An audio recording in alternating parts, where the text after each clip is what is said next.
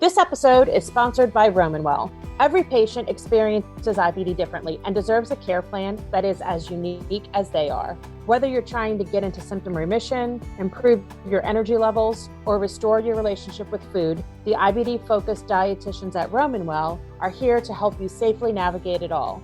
They work closely with you and your existing care team to find the best answers to your toughest questions. And they give you the consistent one-on-one support you need wherever you are on your IBD journey.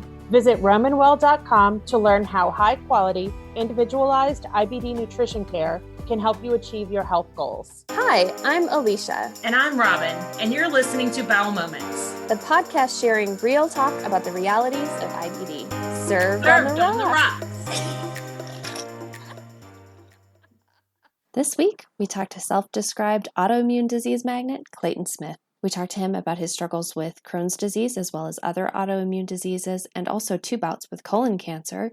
We talked to him about how he stays fit and how he pushes his body to cope with his inflammatory bowel disease. We talked to him about body dysmorphia and mental health conditions, and we talked to him about traveling abroad to developing countries with all of these conditions. And we hear some pretty amazing stories of his times with Robin in the old days. Cheers. Hello, everybody. This is Bowel Moments. Welcome to the show. I'm Robin. And I'm Alicia. We are so excited to have Clayton Smith as our guest today because we have both known him for quite a while and have been dying to get him on the show. So Clayton, welcome. Are you excited to join us or scared? Both. I'm all the above. Okay. The audience will have a chance to get to know you in a little bit, but we're going to start out by asking you, what are you drinking? I have made what is a quick and dirty version of an old fashioned. Nice. It is Woodford Reserve bourbon. Nice. And I did not muddle anything, but I did throw in a little bit of agave nectar with the orange bitters. And then I have tobacco bitters as well. Ooh. That I added with a splash of bubbly water. Fancy. Oh my goodness. Yeah, that is very fancy. I think you're going to have to write us a recipe. It's going to be like That's right. Clayton's It'll old be fashioned. That's right. I have several. Perfect. You We'll have share. to send it. Yeah. Robin, what are you drinking? I am having a frozen blueberry mojito. I made myself a French 75. It's my favorite cocktail. So Clayton, tell us about your connection to our IBD community. I was diagnosed with Crohn's disease in 2006, and mine is primarily located at the terminal ileum. For all you seasoned folks with IBD, you'll understand it's a unfortunately difficult area of the bowel to treat. So I have now gone through the gambit of every available medication on the market to treat my disease, and we are now using a medication which may or may not have FDA approval, maybe any day now. It has FDA approval. It just is not approved for Crohn's disease quite yet. That's correct. Interestingly enough, I graduated with my bachelor's in economics, and I went through this very rigorous summer program, internship program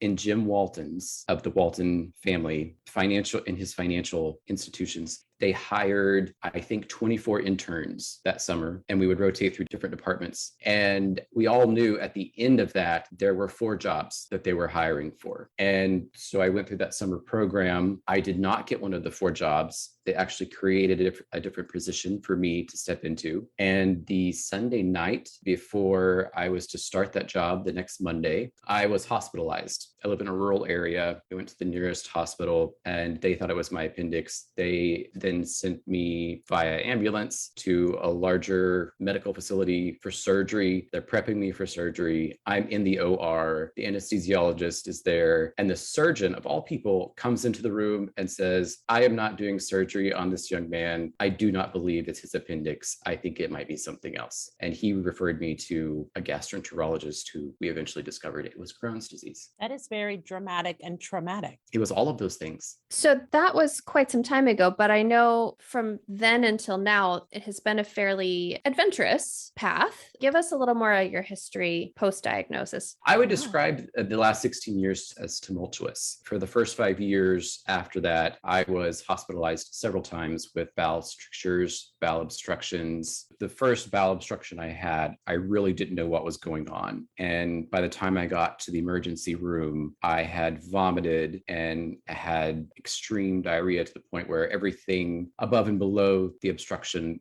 was gone. And the attending physician said, had there been anything left, they would had to have done the tube down the nose or throat. I forget how they do that to empty everything out. And I thought, well, that sounds awful. So the next 4 years, when I knew what was happening, I would just stay home and bear through it just so I wouldn't have to have that experience when I got to the emergency room, because it was traumatic enough as is. And I didn't want to deal with that. And I'm non-responsive to steroids now, which is both good and bad. Steroids, as we all know, are sometimes a necessary evil. And further, this having Crohn's disease, having IBD has been blamed as the culprit for 2 bouts of colon cancer. The first being in 2019 and the second being in 2022. Yes, you just recently took your final round of medication for your cancer.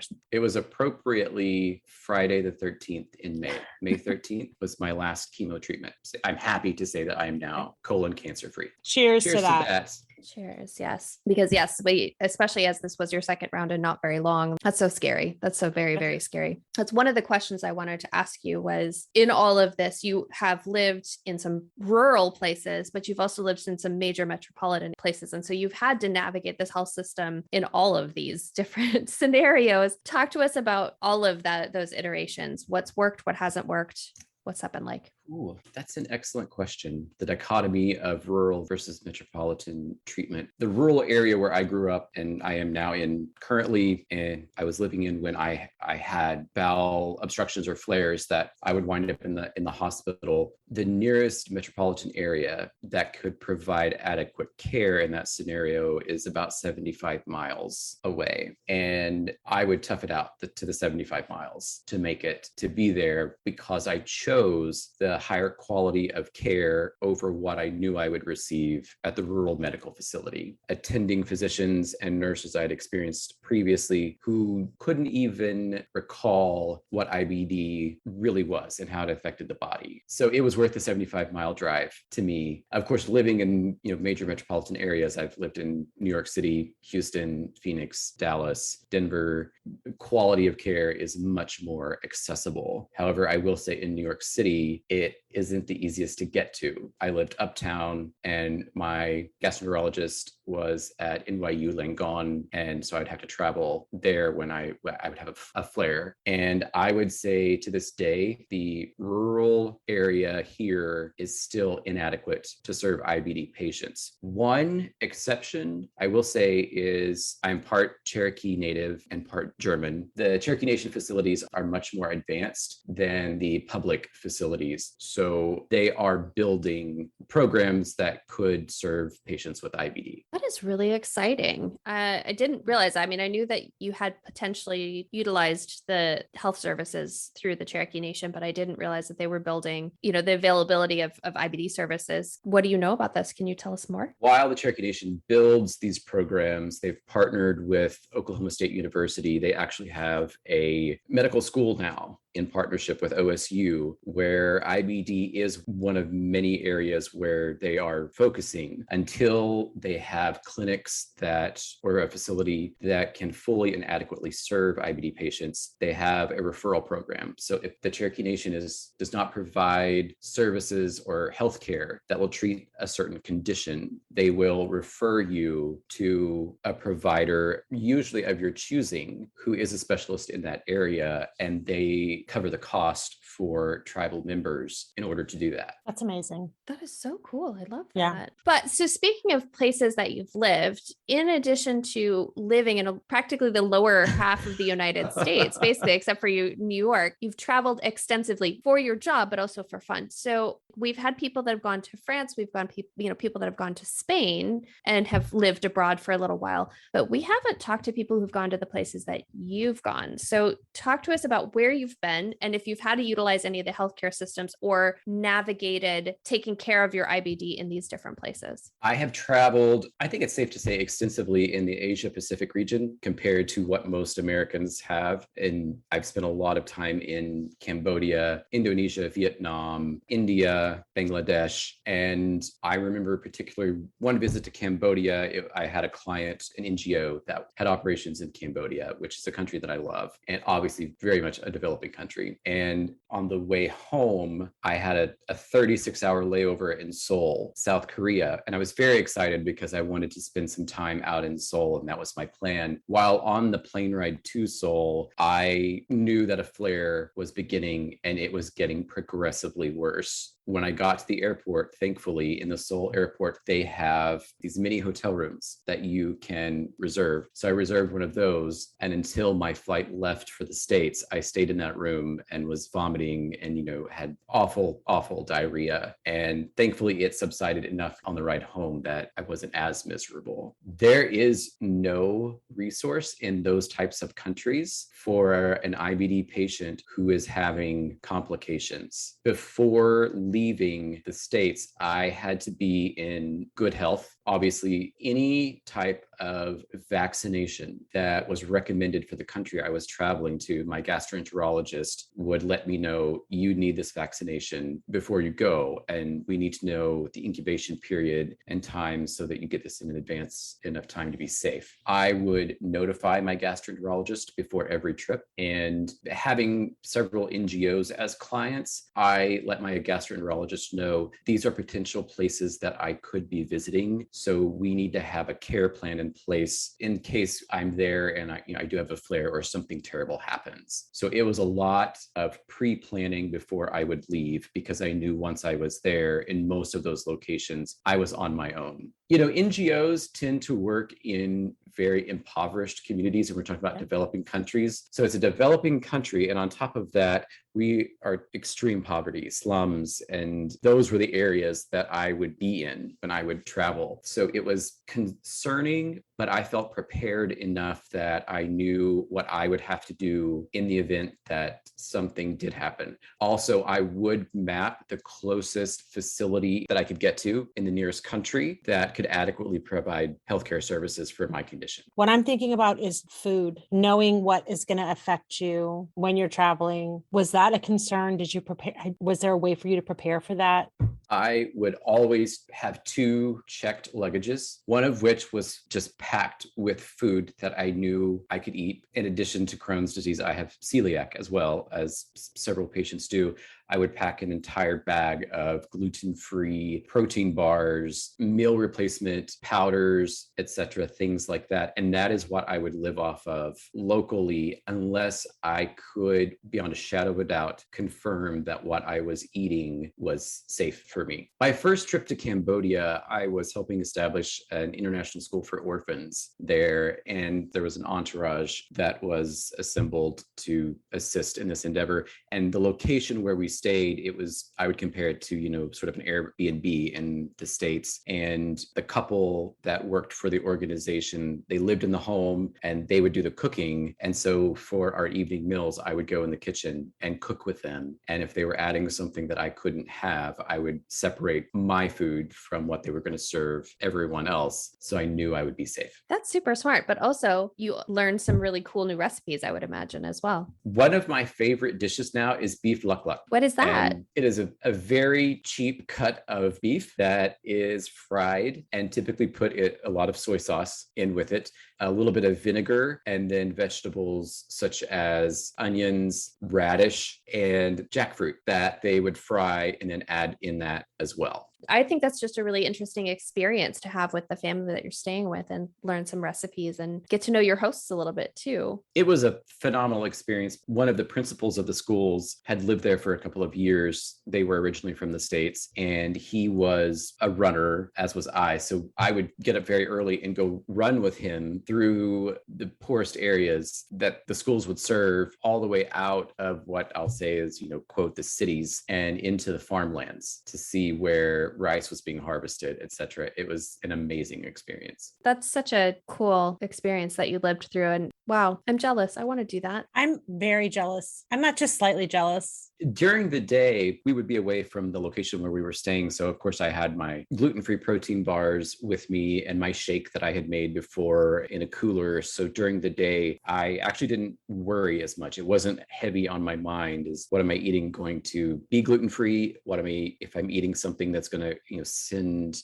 my Crohn's disease into a flare? It was really at night when we would get back is when I had the most concern about that. When you mentioned traveling to all these countries, my first thought was, oh my gosh, like, how did he eat? Because I haven't traveled as extensively as either of you, but I do love to travel wherever I can go. And that's always one of the things that I have to try to plan for or figure out, is because I don't want that to be a reason why I can't enjoy what I'm doing. It is a very brave thing for you to travel to some of these places where there isn't the healthcare that you need, and that the food is very different than what you made. Like, you may not know what you're getting, and you may not be able to communicate with the person cooking it to get what you need out of it. So it is very brave. It is. You're a very brave person, Clayton. Perhaps it is the ultimate dichotomy, or one half brave, one half stupid to do such a thing. And, the stupid side of the brain wins out. And so you just decide to go. No. I don't think so. Bravery takes some stupidity. It really does.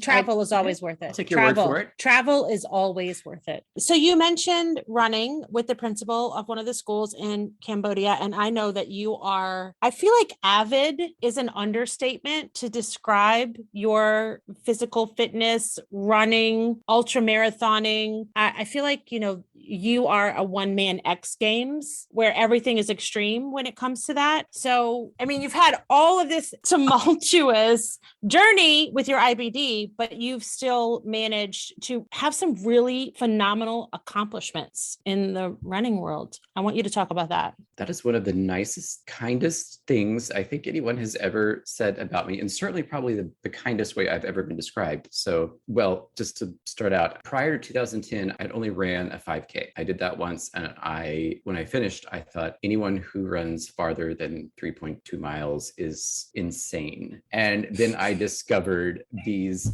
fundraising events where you could run a half marathon or a full marathon of your choosing. The funds went for advocacy programs for IBD patients, and I became very excited about that. And that is literally what began my running career. And then apparently I just am very susceptible to peer pressure, because I graduated from half marathon and I thought, okay, I'm going to run some full marathons. And I have some friends who do ultra marathons, ultra trail marathons. And of course they said, well, if you can do, 26 miles, then you can do 35 miles. It's not that much difference. And so I just, like the idiot that I am, I agreed to do that. And once I did, I was an addict. It is, for me, nearly indescribable, the feeling that ultra trail marathons, give me. The first half marathon that I did, if I remember correctly, I think I stopped 9 times to go to the bathroom on that race. I was obviously not in remission at that time. And lesson learned, don't participate in a long distance running competition when you are in a flare, which is very heartbreaking when you have an athletic spirit and you want to perform well and you've trained and you were ready, but the repercussions of participating when you are not well only creates more issues, and you're only going to be more, unhealthy at that point. I did learn from my regimen, when I'm not in a flare and I'm feeling well, my regimen the morning of the races, I'm up 2 hours before anybody else would need to be up. I eat a banana and I have my coffee because that cleans me out, and I know I will not have a problem while I'm on the race. And in ultra trail marathons, there are stations along the route, and I pack in bags what I will need at those stations, and you have to have someone who's dropping those off for you so that you can progress to the next station. So I, of course, have all my gluten-free goos that I might need. I have gluten-free crackers, graham crackers. I'm just trying to get some glucose into my system so that can convert to some short-term energy and some sort of gluten-free carbohydrate, which we all know is not the easiest thing to find. And I have that in my bag because I also need those carbohydrates, to finish the race. Again, it is like the international travel. It is a lot of pre-planning, but when you have put in a significant amount of training hours prior to that, I'll be damned if I let IBD stand in my way. As long as I'm healthy enough to compete, I will compete. But I'm curious even for the training for that, because running can oftentimes, again, exacerbate things for people, or even people without IBD tend to have some bowel movement that happens along with training, but you have to train to do these things. You don't just wake up and start running 35 miles through the woods because it's fun for you and you had an idea. So you have to train for this. So how do you even get set up to train for some of this stuff when you have to have all of these systems in place to even compete? The training regimen, athletes know half marathons, full marathons, ultra trail marathons, they begin early in the morning. So you're training up to that point. I'm going to start my practice run every day as I'm training at the same time that the next race that I'm going to compete in is going to begin. So I have the same routine, every morning: banana, hot coffee, and I'm usually good to go. Now, when I lived in Phoenix, and for anyone who's familiar with that area, they have the water canal that goes through the city, and they have these wonderful trails that go alongside that. And I will fully admit, I have an underpass. I have shit there. It wasn't a homeless person. It was me, because you're right. You have to do what you have to do. Yeah, you have to do what you have to do. It kicked in, and that's when it had to happen. But I think through training for these races, I learned a lot about my body, and I learned how far I can push my body and where that line is when I am not healthy enough. When it comes to IBD and when it comes to Crohn's disease, I'm not at a point today where I can even train. That is going to hinder me. That is going to put me behind in my training longer if I choose to try to fight through it and do my training that day rather than resting and letting my body recover. I do agree with that too. Doing half marathons really helped me to be even more in tune with what was happening in my body. And I feel like training for races helped me to actually train my guts as much as I could, to be able to hold it longer, to recognize the signs, to know when I could push it. I am not an ultra marathoner or an ultra trail runner. The farthest I've gone is a half marathon, but yet I actually was signed up to do the Chicago Marathon before the pandemic happened. And then the pandemic happened. And then I had surgery. And then, as everyone who has listened to the show, everything went downhill from there. I don't know if that's the world telling you not to run a marathon. I don't. Honestly, is it a sign? I don't know if that's a goal of mine anymore. Right now, I don't feel that urge, because running long distance races is addicting. And I did a race in February, which I probably shouldn't have done because I was still recovering from surgery. I seriously was. And I ended up making my own route after I got halfway through because I didn't want to get too far from the porta potties. Just like you said, I knew I shouldn't have done that race. My body was in no condition, but mentally I needed to challenge myself. I needed to get back out there and at least make the attempt. It took me a few years to learn the hard way, I will admit, that when my body is not up to performing, I should not push it, because the repercussions of that are much worse. And case in point, I am an autoimmune magnet. So I have rheumatoid arthritis in addition to Crohn's and celiac. And in 2011, when I met Robin at a race in Hawaii, yes, sir. I had signed up, and we were raising money again to support advocacy for this disease. And I had been told by my rheumatologist prior to leaving that I should not run that race. And when you get there and the adrenaline is going and everyone is excited and everyone is talking about the race, it's hard to keep yourself in check. And so I ran the race. And when I finished that race, I don't know if you remember, but they had to help me. I remember vividly your finish of that race. Yeah, yes, I do. They had to help me across the finish line, get me to the ice bath. I nearly could not walk for a week afterward because you could walk to the bar later that night. That is true. And that was probably the best I felt post race was the after race celebration that ensued when Robin and I got to the bar. Everyone, this is a story that is not often shared, but Clayton and I drank many beverages beverages that evening. And I was supposed to take a helicopter tour of the Big Island the next morning, bright and early. The shuttle was picking me up at like 5:30 or 6 o'clock in the morning. I went. I was not going to not go on this helicopter. And I was still drunk when I got on that helicopter. And they almost did you not vomit all over that helicopter? I did. I did. They had vomit bags in there. I felt so bad for the other people that were on there, but the people that were next to me looked like they were, partiers too. And they just looked at me and they're like, you drank too much last night. And I was like, yes, I did. Yes, I did. Like, girl, I'm still drunk. Robin had this early helicopter tour thing scheduled. And my friends and we had an early flight the next day to go to Kauai because we were going to stay the rest of the week in Kauai. I too was still inebriated at that point, and that was a very rough day. Yes. The night before, though, was epic. It was epic, and I had to fly home the next night. So when I got back to the hotel, I went up to the front desk and I was like, "Can you please give me a late checkout, as late as possible?" And they did. So I got to go and take a nap before I had to go to the airport. But it would have been bad. I don't know how I would have made it home if I had to just go sit in the airport. It was an epic evening that I will never, ever, ever forget. And I don't actually talk about it too much. So everyone who's listening to this show. I'm so sad I missed this. Like, I'm so sad I didn't know y'all. I was about to say, I feel it is important for listeners to know that we were on the same flight. Yes. Out of LA. And of course, everyone participating who was raising money for this advocacy group, we were all at the same hotel. So we were on the same shuttle from when we landed, to the hotel. And by the time we got to the hotel, I was participating and 3 of my friends had signed up and we were all from Oklahoma. And by the time we got to the hotel, we had adopted Robin. Yes. As an official Oklahoman. Yes. And she was just part of our group. I mean, we did everything together. We did all the tours. We did all of the tours together. Everything it was, together. Yeah. Yes. I love that. I'm like, now I'm even more sad I wasn't on this, but I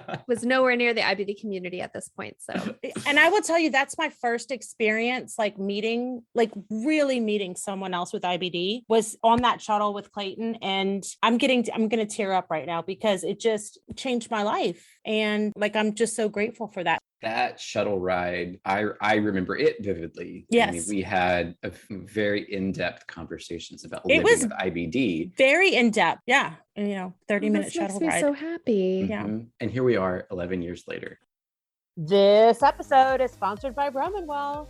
Have you ever felt overwhelmed and unsure about what questions you should ask your doctor or if you should get a referral to a dietitian? If so, you are not alone. The dietitians over at Well help patients every day navigate these questions and many more. They've just released an amazing free resource for patients called the IBD Patient Starter Kit that is jam-packed with tips and tools to empower you to become your own best advocate. Check out the show notes or head on over to RomanWell.com to download a copy of the IBD Patient Starter Kit today. Can we talk a little bit more, though? I'm going to keep you in the vein of fitness, blah, blah, blah, because you're one of the most fit and clean eating people I know. And it makes me a little jealous of you, frankly, because I could live on French fries and wine if somebody would let me.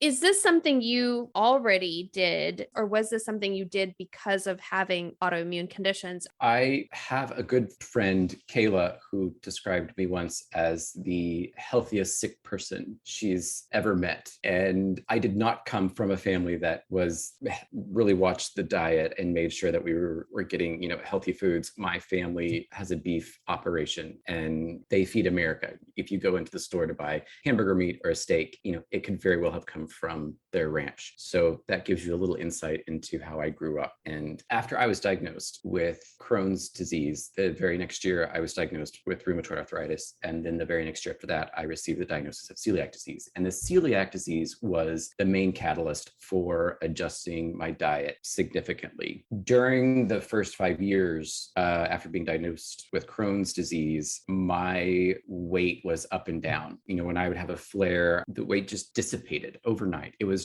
gone. It was like skin thrown over bones. And when you deal with that enough, the mental effect starts to take hold. And then I like to be in control. So I was thinking of things that I can control, and diet and exercise was one of those. But it grew out of the need to help keep my disease in remission. But a part of that also was a challenge with body dysmorphia that developed from not having control over my weight when I would be, in a flare. And I'm sure anybody who's been hospitalized for any reason knows how this feels. You're in the hospital, you get out of the hospital, and I would think to myself, okay, I'm probably going to need a couple of days. I'm going to need a couple of days to recover. And then I'm going to be back to where I was, and I can start back on my regular diet. I can get back to the gym. I had a trainer, and that isn't the case. I mean, it would take weeks, maybe months before I could even have the energy to return to that. And when I would go, I would be doing push-ups with my trainer, who would then have to assist me. And the first thing he said when I would walk in the gym was, "Dear God, how much weight have you lost?" Because we had made so much progress, and then all of a sudden overnight, it was as if it was gone. So I'm going to pause you for 2 seconds, because body dysmorphia is something that you and I both recognize. We understand it, but how would you explain body dysmorphia to somebody who perhaps hasn't studied psychology?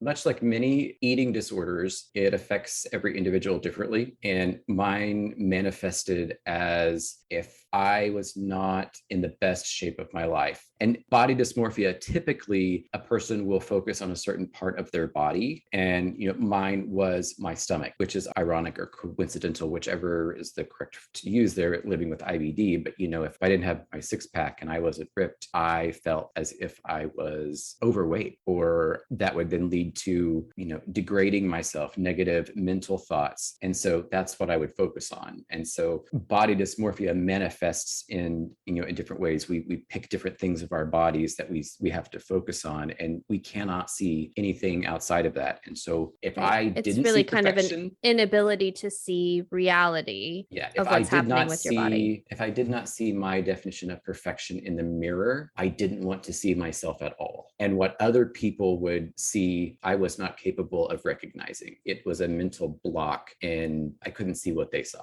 Thank you. Yeah, that helps a lot. So when did you recognize that body dysmorphia was at play and not necessarily the reality, and that some of what you were doing was perhaps compromising your health in an effort to stay being what you wanted to see in the mirror? There are several factors. I don't know if we have enough time, but what we just described, as the body dysmorphia that developed out of having Crohn's disease, that is coupled with when you are in excellent shape. When I'm running ultra trail marathons, or I'm snowboarding and I'm performing extremely well, the accolades that accompany that become concrete into the thoughts that accompany body dysmorphia. And then there is also, my inner circle who knew I had IBD, and I was still performing at a level that perhaps they could not even perform at. And that felt good to me. That felt good inside. I was beating this disease by being better than a person who didn't have the disease and was not performing at that level. It was the equivalent of addiction for that. And it became very apparent for me. I was living in Phoenix, and my roommates and I decided to do one of the elimination diets, just because,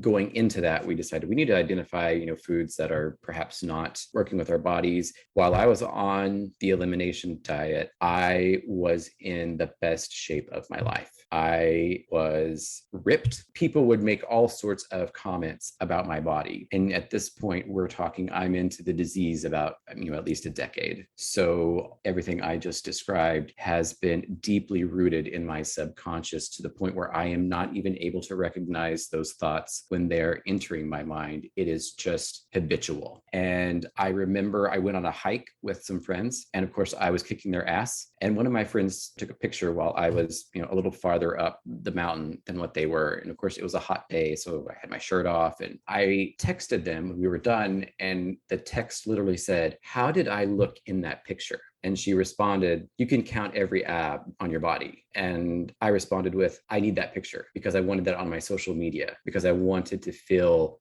good about myself. And kind of taking a step backwards, I know now, I was identifying having IBD as a weakness. Therefore, I was overcoming that with perfecting my body, and that made me strong. I think that's very common. And sometimes it doesn't come across as body dysmorphia for some folks. It can come across as control. Like you were taking control of your body. You were taking control of what you could control in a situation where you did not have control. You know, you didn't know when you were going to flare next. You didn't know what was going to affect you. And so you control what you can control, which is your diet and your exercise and your image that goes into it. So that makes sense to me in a way. But I do think that idea of body dysmorphia and this perhaps psychological inability to see yourself the way the rest of the world sees you is something that a lot of our folks should look out for as well. You know, it's common for folks to do that. Yes. It's not, perhaps now it's becoming more of a discussion in the IBD community, but at that time, it really wasn't being addressed that this could be, well, we all know mental health care typically takes a backseat to, physical things. And so that was never addressed or pointed out to me as something to look out for. My gastroenterologist through that time never asked me how I was doing as far as my mental health care. This was something that I had on my social media accounts at that time. I had hit the maximum amount of followers and friends, and because I was posting that picture of, that my friend sent me, and, that felt good. I was telling myself, oh, I'm an advocate for being healthy. But really what I was doing was trying, one, as you mentioned, to take control of my body, which I felt I didn't have. And two, I was focusing, like I said, on that specific area, and people would comment on that specific area because that's what I would work hard at. And after that text exchange, it took my friend to make a comment about, you always post pictures that you look phenomenal. And I have all these other pictures where I think you look phenomenal, and you never seem to share those. Yeah. And I remember at that time, I need to bring this up with my therapist. And that's where we begin the work. I'm so glad you said that, because what's interesting is so I'm thinking of the flip side of this. And I don't think friend of the show, Stacey Collins, has said this on the show, which we probably need to bring her back. But she has commented on the fact that at the time when she was her sickest and had lost all this weight and she felt so terrible, people kept commenting on how great she looked and about how when she's healthier and she's gained weight, people will be like, oh, you've gained weight. And they've made sort of, in the female side of this, the negative comments that go along with it of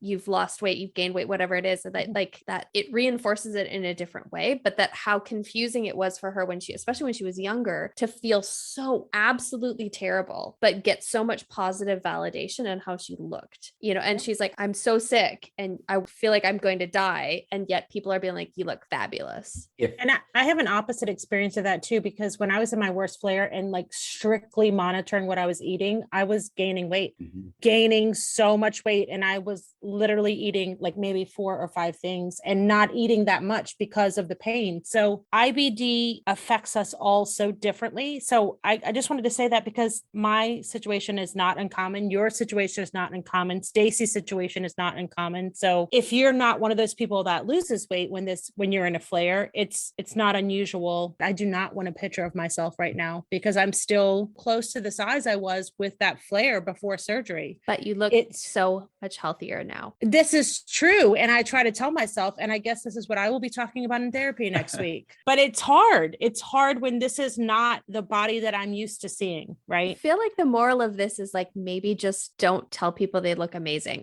I realize that's kind of a weird thing to say, but you never know what's behind this.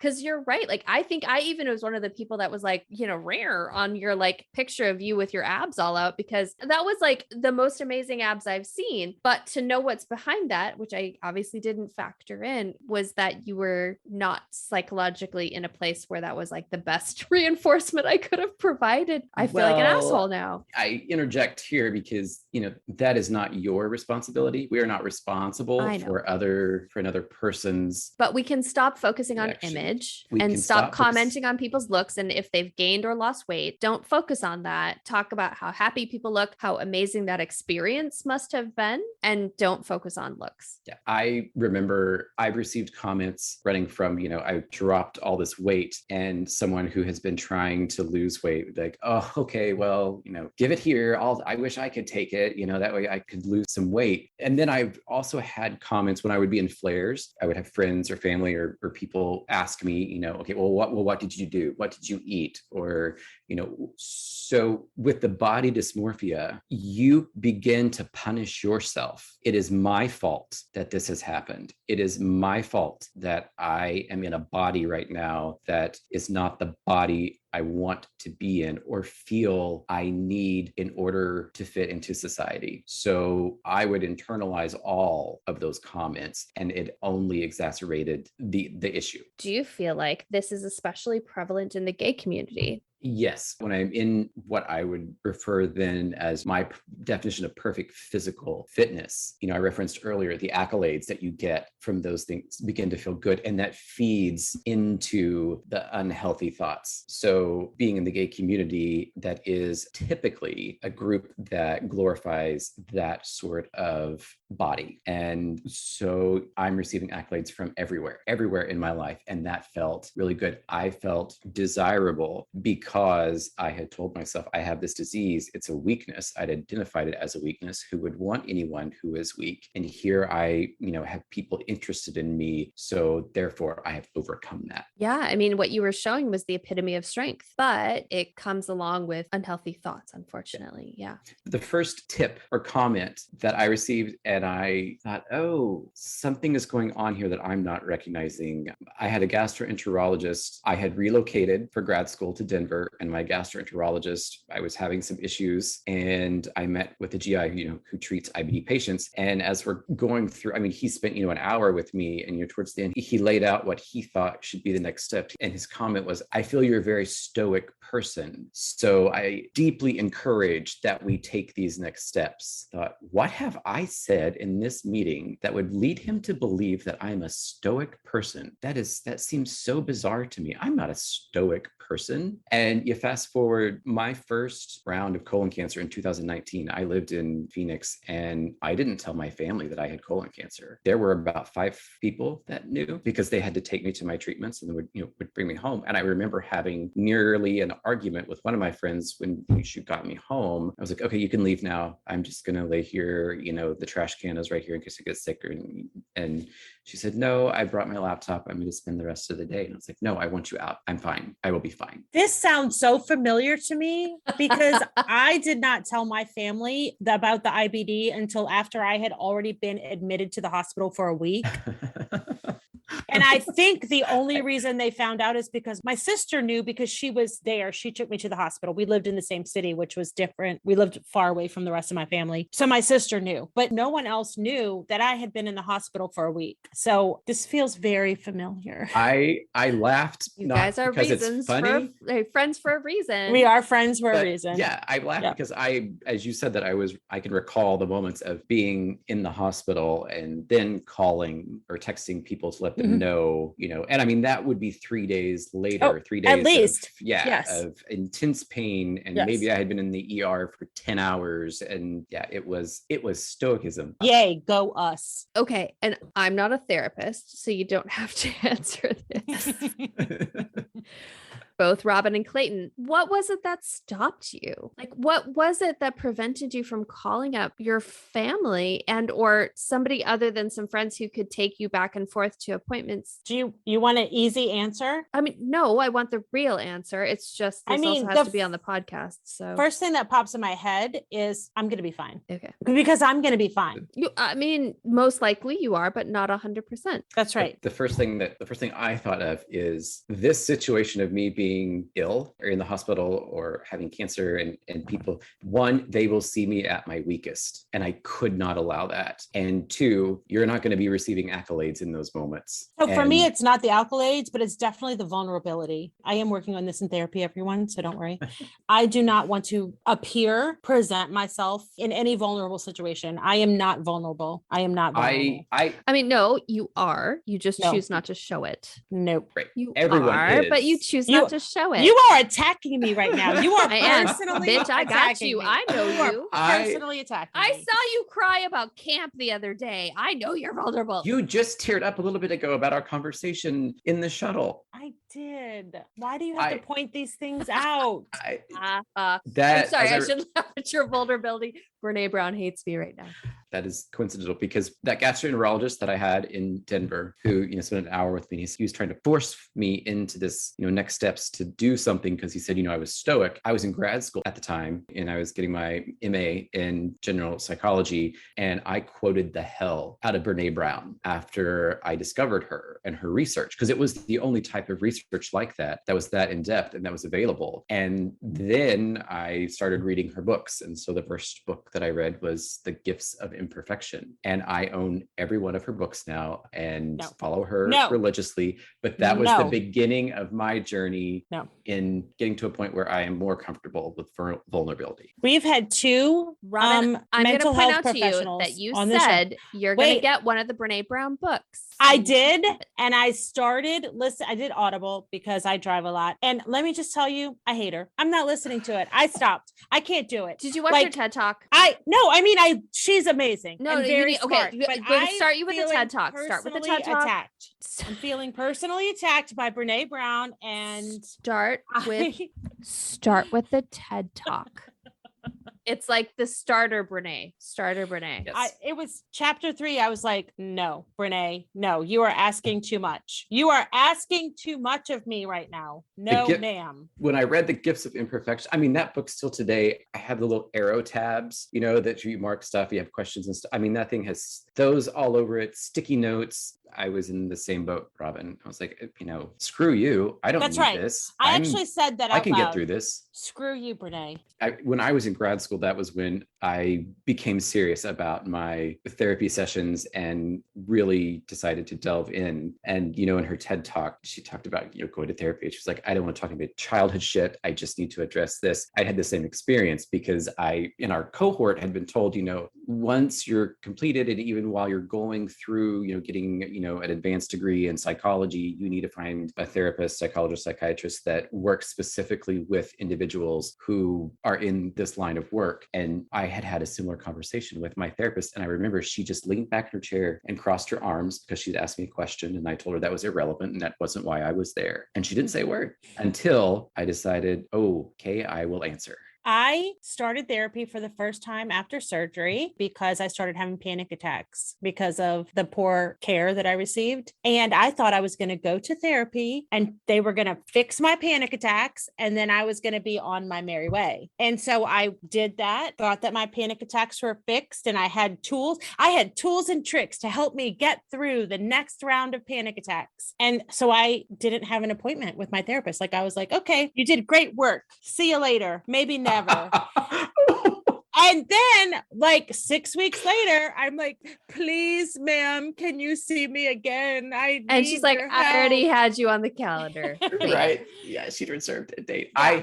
I've had different mentors, throughout my life. And there are 4 things that stick out to me from 4 different people. And one was blood makes relatives, love and caring makes a family, and you get to choose your family. Another mentor told me, you can't want something more than others. You can't want it for them if they don't want it enough. One of the others was someone literally told me, I wish you could see yourself the way I see you. Those were all very monumental moments that were the little things that led to me being a healthier person. So I had a therapist that was a therapist, right? So because I'm that resistant to therapy that I had to get the person who therapizes other therapists.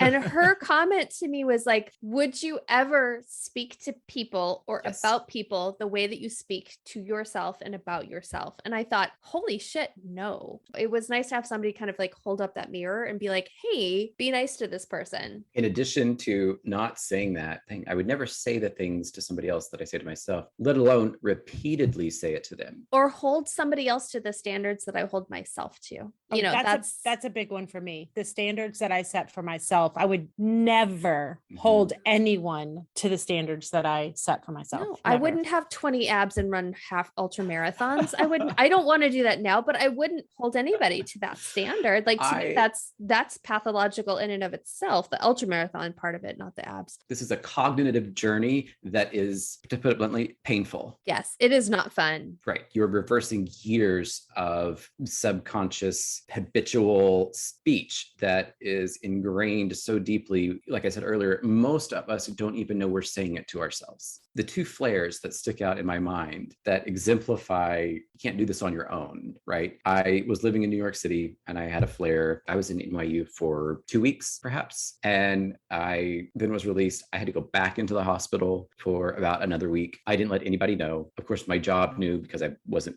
going to be there. And my boss came to see me. And while I was in the hospital, I actually worked for Dr. Oz at that time. And he went to my supervisor, the COO, and said, you have to convince him to contact his family. It would probably be a good idea if we could get him closer. He needs some help. And that was eventually relayed to me. And I thought, I don't need any help. I'm fine. And then when I was released, I was in my apartment. And one day I thought, okay, I've got to get to the kitchen. I have to eat something. So I got out of bed and I had a long hallway.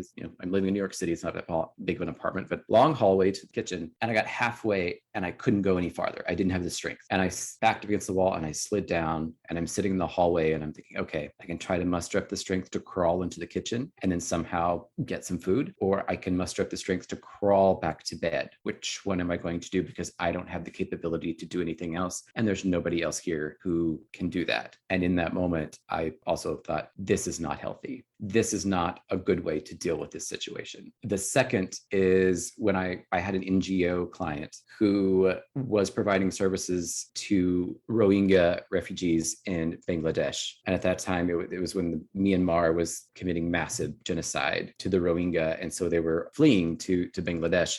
And there were several NGOs on the ground, but there was no international coordination. And just through sort of default, and the NGO I was working with, I partnered with the United Nations so we could negotiate with the Bengali to provide a cohesive and centralized support for these refugees. And it was 4 days of negotiations. And I was in a flare the entire time and nobody there knew it. I would get up, we would have breaks. I would get up, I would spend the entire time in the bathroom while everybody else was getting a snack or doing something else. And by the time it was done, I was nearly so sick, I was almost unable to get on the flight to come home. It was that bad, which was another experience where I thought, it's not how a healthy person chooses to deal with this. I completely understand. And the second iteration, maybe not the first, but in the second iteration, I completely understand why you sort of said my needs are secondary to the needs of all of these other people. It's very easy to say, like, who am I to need accommodations when there's genocide? But again, it's the whole, like, put your air mask on before somebody else's when the plane's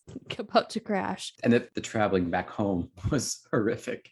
It was one of the worst experiences of my life. And I knew going there, I shouldn't have been there, but I chose to do that anyway. Yeah. And you made a big difference on the lives of a lot of people. A collective made a big difference in the lives of a lot of people. Yes. You being part of it.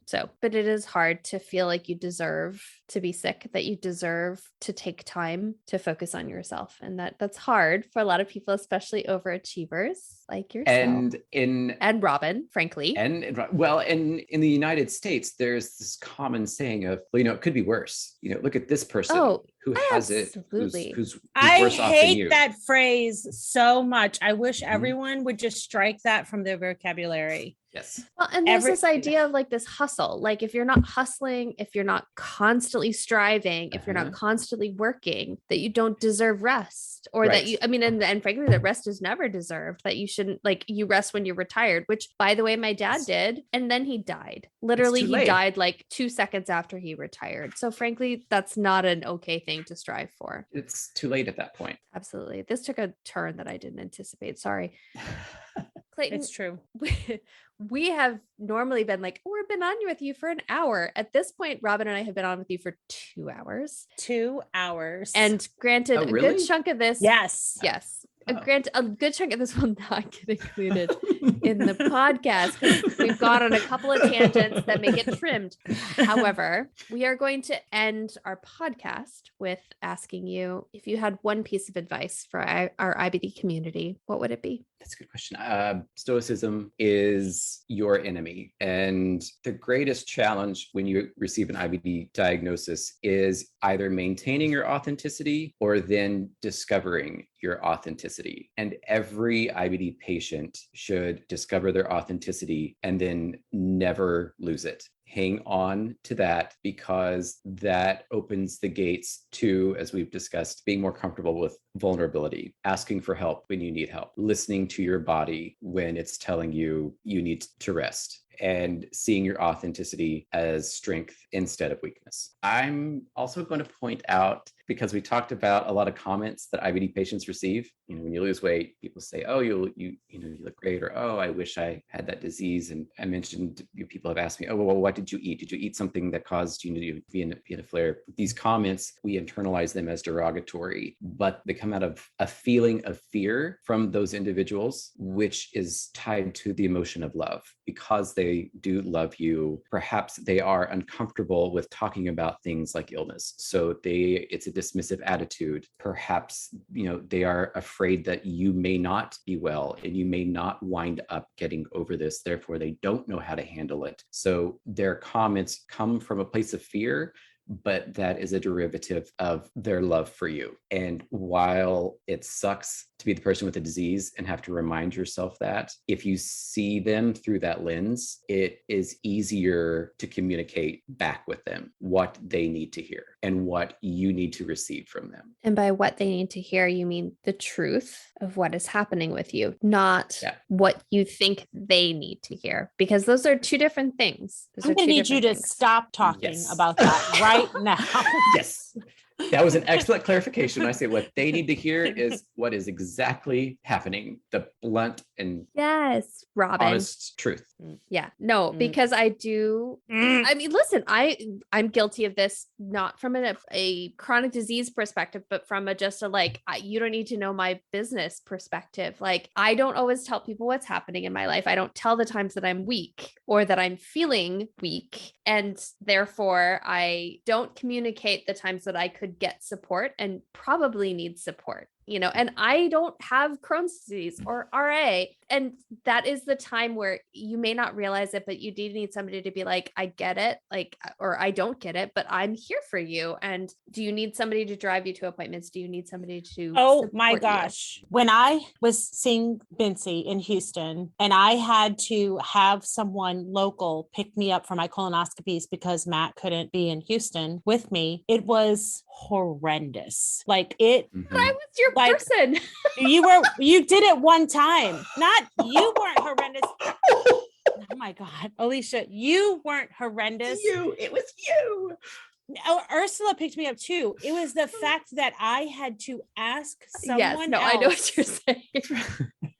To pick me, and I was coming off of propofol, so I was completely vulnerable, not in control of the situation, and that was we had the most amazing conversation about the American healthcare system that everybody should have listened to. Robin, I don't know what it had talked about we went and got a bunch of rice from PF Chang's. It was the best. Was 2008 the Great Recession? I don't know. Who knows? You're the economics person. I think it was around 2008, somewhere in there. I had to have a colonoscopy, and my follow-up appointment with the gastroenterologist, he mentioned that was a very educational colonoscopy for him, because I apparently lectured him on the necessity of keeping the Federal Reserve. Yeah, that feels like vital information. And I had no memory of this conversation, right? This is amazing to me. Okay, Clayton. Thank you so much for joining us on the podcast. It was really such a delight to have you on. We are going to end this podcast by saying thank you, Clayton, for joining us, and thank you everyone else for joining us. So cheers. Cheers. Cheers. It was my pleasure. Hey friends, this is Clayton. If you enjoyed this episode, please rate, review, subscribe, and share with a friend, because I can personally attest that Robin and Alicia are awesome people.